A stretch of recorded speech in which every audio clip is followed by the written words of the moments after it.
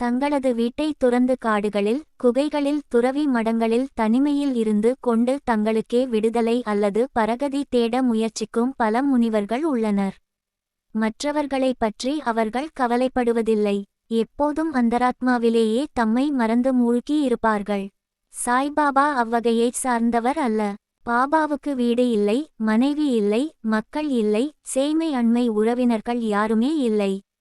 எனினும் அவர் இவ்வுலகத்தில் சமூகத்தில் வாழ்ந்தார். 4 வீடுகளில் இருந்து தமது உணவை அவர் இறந்து உண்டு எப்போதும் வேப்ப மரத்தடியிலேயே வாழ்ந்தார். உலக விவகாரங்களை நடத்தி கொண்டு மக்களுக்கு உலகில் இன்னும் நடக்க பழக வேண்டும் என போதித்தார்.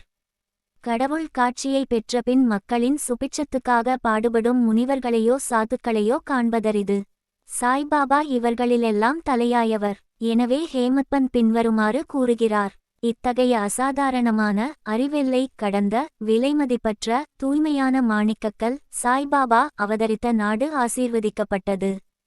குடும்பம் ஆசீர்வதிக்கப்பட்டது. தூயவர்களாகிய அவரின் பெற்றோர்கள் ஆசீர்வதிக்கப்பட்டவர்கள்.